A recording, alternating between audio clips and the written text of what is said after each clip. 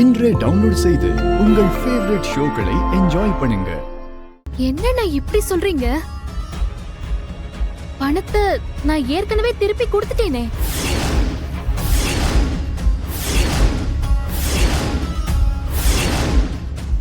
என்ன பாரதி, இத மாதிரி எத்தனை பேர் கிளம்பி இருக்கீங்க? என்ன விளையாடுறியா? நீ எப்போ பணத்தை என்கிட்ட திருப்பி கொடுத்த?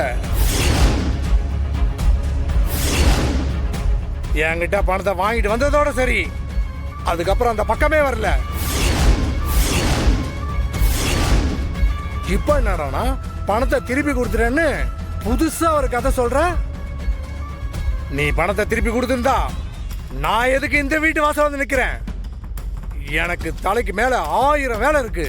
அண்ணா ப்ளீஸ் பொறுமையா நான் சொல்றத கேளுங்க. நான் ஏற்கனவே என் தம்பி மனோ கிட்ட உங்க பணத்தை திருப்பி கொடுக்க சொல்லி நான் கொடுத்துட்டேன். அவனும் உங்ககிட்ட கொடுத்துட்டேன்னு தான் சொன்னான். இங்க பாருமா, இப்படி எல்லாம் கேட்டா பணம் வராது போல இருக்கு. நீ பணத்தை என்கிட்ட தானே வாங்கின, இப்போ உன் தொம்பி கிட்ட கொடுக்க சொன்னதா சொல்ற? என் பணம் என் கைக்கு வந்து சேரல. நீயே பணத்தை கொடுத்துருவேன்னு தான் நான் இவ்வளவு நாள் வெயிட் பண்ணிட்டு இருந்தேன். ஆனா பணம் வந்த பாடு இல்ல. அதான் உன்னை நேர்ல பார்த்து விசாரிச்சுட்டு போலான்னு வந்தேன். அண்ணா, என்னண்ணா இது? கதை ஏதோ புதுசா இருக்கு. இது நம்ம லிஸ்ட்லயே இல்லையே. ஆனா பாக்குறதுக்கு இன்ட்ரெஸ்டிங்கா தான் இருக்கு. ஆமா மித்ரா, நம்மளால பண்ண முடியாத விஷயத்த எவனோ ஒருத்த வந்து அசால்ட்டா பண்ணிட்டு இருக்கான் பாத்தியா? அண்ணன் சத்தியமா நான் பணத்தை என் தம்பி கிட்ட கொடுத்து அனுப்புனேன். ஆனா நீங்க இப்படி சொல்றத பார்த்தா எனக்கு ஆச்சரியமா இருக்கு. நீயும் கொடுக்காத பணத்தை கொடுத்தேன்னு சொல்றத கேட்டா எனக்கும் ஆச்சரியமா தான் இருக்கு. இத பாருமா, இப்ப நான் பண்ணிட்டு இருக்க பைனான்ஸ் வேலையெல்லாம் அப்படியே விட்டுட்டு நான் என் குடும்பத்தோட என் சொந்த ஊருக்கு போய் செட்டில் ஆகலான்னு முடிவு பண்ணிருக்கேன்.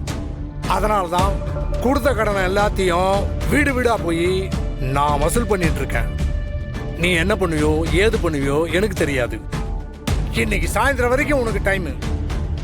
அதுக்குள்ள என் பணம் எனக்கு வந்தாகணும்.